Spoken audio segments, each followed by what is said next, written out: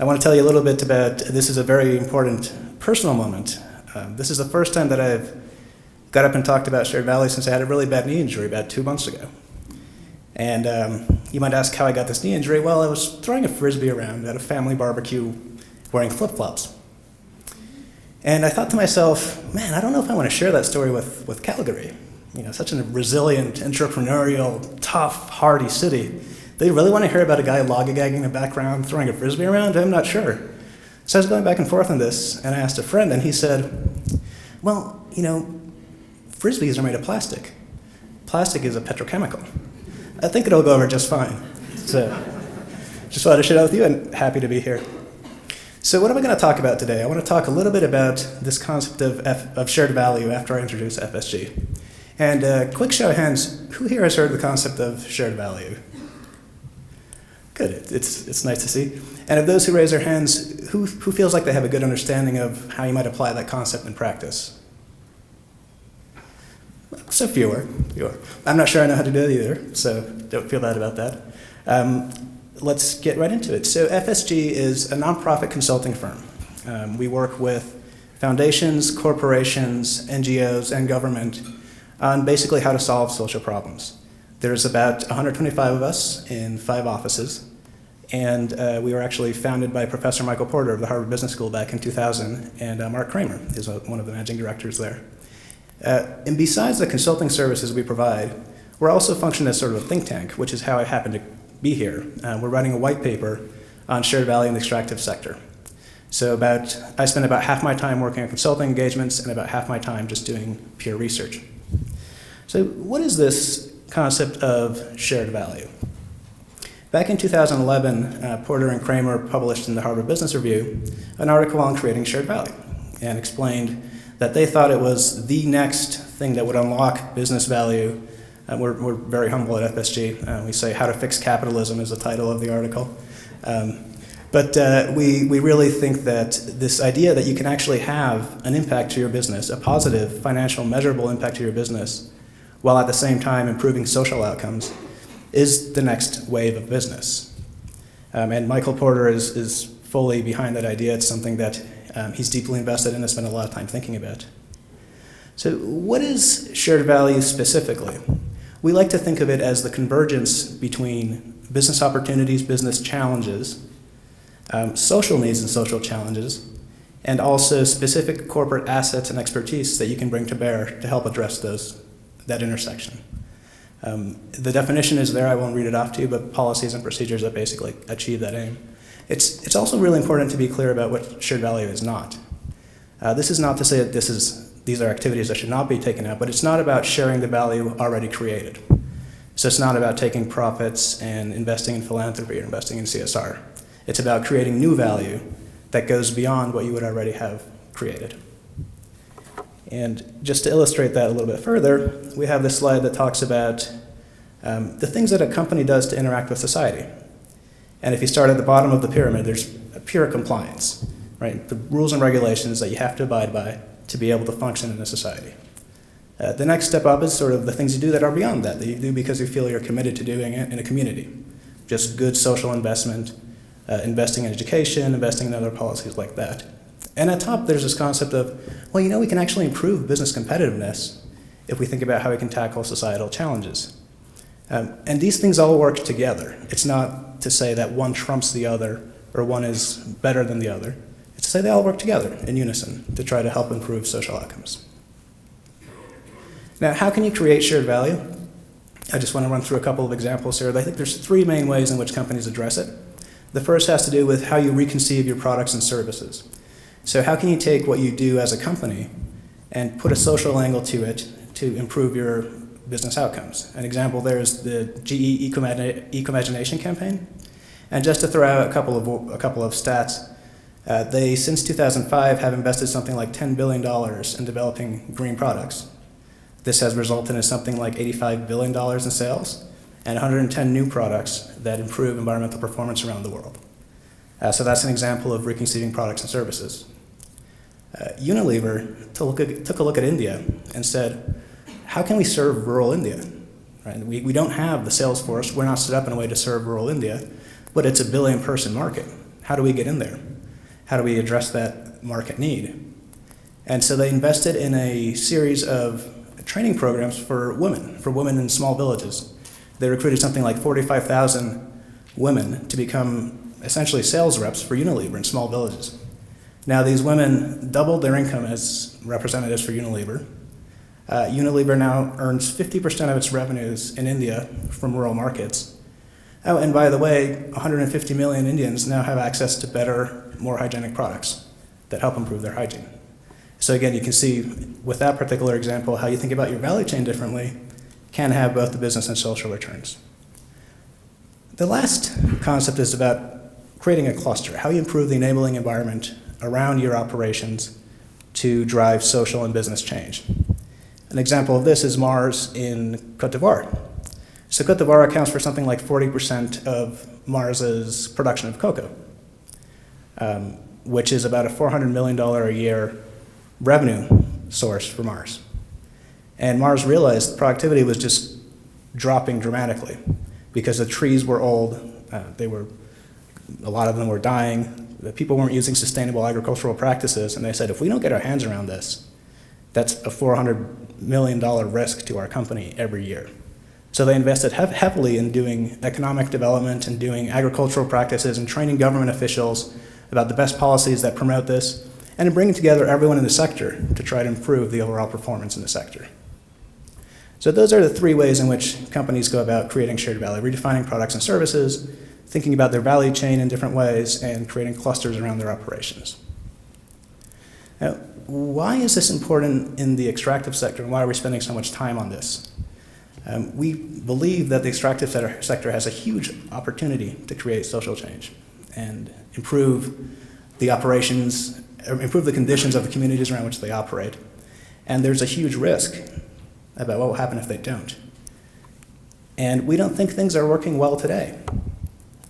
You can look at any number of examples. Right, if you look at what happened to Newmont in Peru, the government basically said, you're not going to go forward with this $5 billion investment because you don't have support from the community. So at a project level, you have direct impacts on your finances and on your business.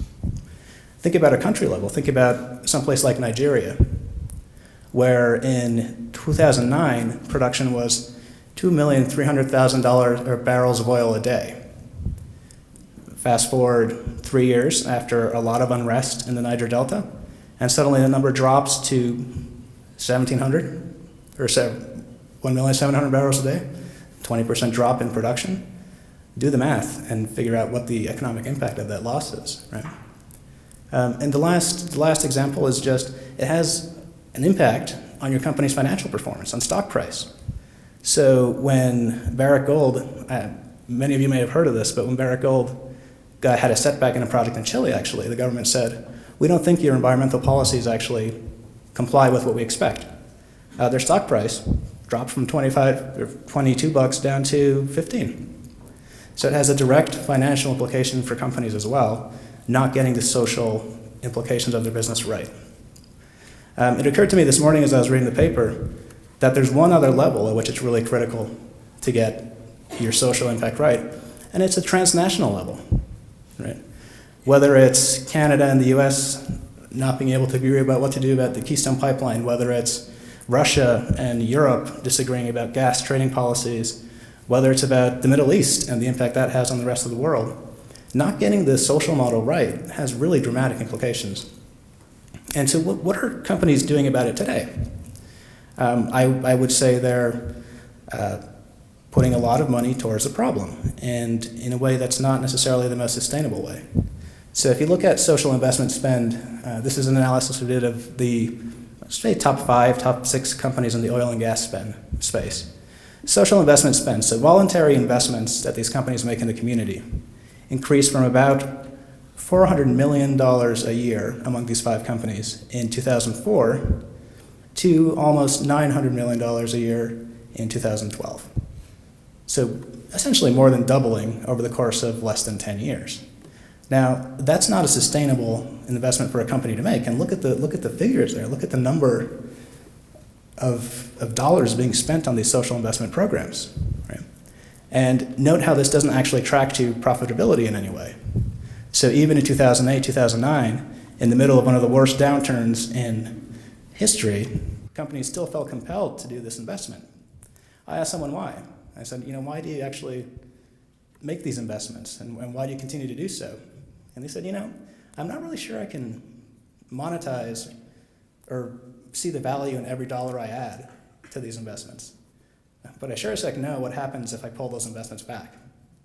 And I know exactly how the community is going to react if I say, you had $10,000 last year, guess what, this year you only get $5,000. So there's this pressure to just keep investing and investing in more and more and more without sort of any end game in sight. People say, how much do I have to spend? How much is too much? How much is enough? And I think there's a bit of a feeling of pessimism in the industry. And in looking at the slide, I realized that maybe the headline is a little bit too optimistic.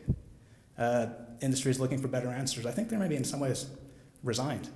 Right? Look at some of the quotes that we've had from our research to date. There's not a good toolkit in what works in promoting economic development. Social license to operate, it's kind of a defensive term, it's reactive. And the last one is my favorite. We're probably not going to get it right. There's too many factors to consider. You just try to get as close to right as possible. I mean, that's just pessimistic. That's just really makes you wonder what all this spend is going toward, if that's the way that people who drive the spend think about the issues. Right? So we're early on in our research and have some ideas about how this could potentially, why this came to be and how it could potentially change in the future. So I want to share some of those with you. I think the first thing that really struck me when I started down this path is that everyone across the board throughout the industry recognizes community risks as something that's really important. Every annual report, every financial report cites things like environmental exposure, workforce, lack of a qualified workforce, and interactions with communities as critical to their business. But if you look at how they address those issues through their business, it's through the social investment team, which often sits outside of the core business. So you have a very small group of people who is trying to address and trying to solve this really big, complicated social problem. Right? And I think this is exemplified by the fact that if you look at sustainability reports and annual reports, they talk about different things. The annual reports talk about the financials, the sustainability reports talk about the impact on society, and that just highlights, I think, the divergence between the two camps.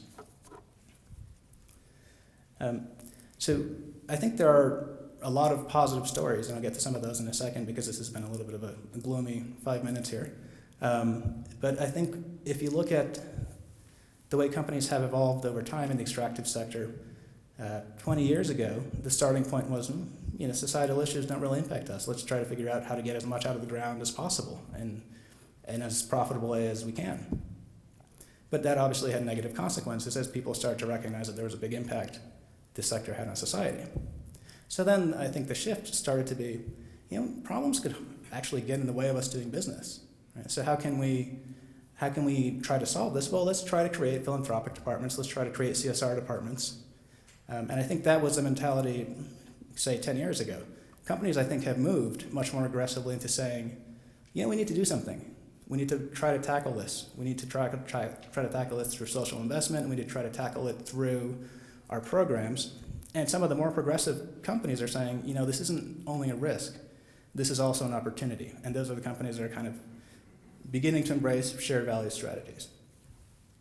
So I'll quickly share with you some of the early examples of shared value that we've uncovered in our research. I think that one of the pushbacks that we always get when we talk about shared value and extractives is the idea that these social investments could have a business return that's meaningful to the companies that make billions and billions of dollars a year seems a little far-fetched. So one of the things that we try to look for in these examples is materiality. How big are these examples and how actually do they impact the business? And if you look at something like BHP Billiton's investment in enterprise development, they are building a world-class mining cluster in the north of Chile. And they expect that annual savings from the program, based on having best-in-class suppliers in Chile, will be $120 million a year. So that's not insignificant. Vale is making an investment in Malawi infrastructure to get coal from the north of Mozambique down to the port.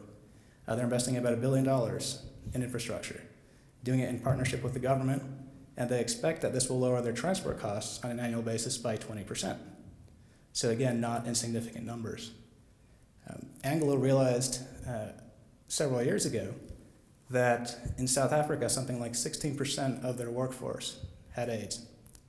And if you think about what that means in terms of absenteeism and turnover and people not only being ill and missing work for themselves, but having to care for their relatives who are sick as well, has a huge impact on your costs for running a business. You have to hire one more person than you would otherwise to actually perform the job because you don't know when that person's ever going to be out. So they invested heavily in AIDS education, they invested heavily in AIDS treatment, and have actually seen their absenteeism rate drop from something like the mid-20s down to about 8%. So again, not insignificant cost. Total has said, we want, for our project in Yemen, which will employ thousands of people, we want 90% of our workforce to be local. Again, those are huge numbers of jobs that could be provided for the local population. And Total is assuming that this will be at a much lower cost for them. If you think about the salaries of 7,000 employees, and think about how you don't have to pay an expat 3 times what you would pay a native to actually do the job, tremendous savings. And the last example I want to highlight on environment is some of the work that Shell has been doing in the Gulf of Mexico. So Shell realized that with the degradation of the coastline, their pipelines were hugely exposed. So they've invested heavily in restoring oyster beds and restoring mangroves, not just to protect the environment, but also to protect their pipelines. And if you see an increase in natural disasters over the course of the next 20 years or 30 years or however long, if your pipelines are more protected and more secure, you have less likelihood of suffering a catastrophic event as a consequence of an accident.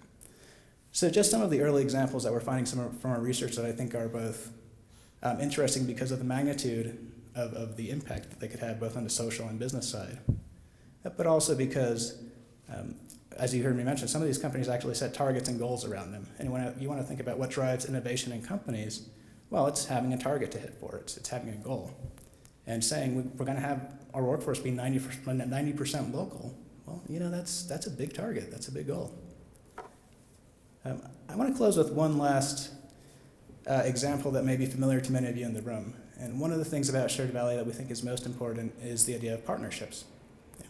Companies don't necessarily have all the expertise to solve all the problems I just talked about. So developing partnerships across sector, with government, with companies in other sectors is really critical. And we were here about 2 weeks ago doing some research and came across COSIA, which we'd heard a little bit about before. But it's a group of Canadian oil sands companies that have come together to basically pool their R&D resources and to try to figure out how to solve environmental problems collectively and share their findings externally. They're focused on 4 areas, so tailings, water, land, and greenhouse gases. 12 companies participating. There's about $700 million committed to the project, and they expect to have something like 450 different solutions that they can share across companies. I think it's a really neat example of how, in a pre-competitive way, these companies can come together to make themselves more profitable, but also reduce the impact on the environment. And we expect to find many more examples from Canada in the future. So our research continues. Would love to talk to, I'm sure, many of you about this because I'm sure a lot of you have good perspective, good thoughts about it. We'll release a final report in February, and we invite you to follow along the way at fsg.org, where we post continuous updates and hopefully figure out how to create the biggest social and business value possible. Thank you.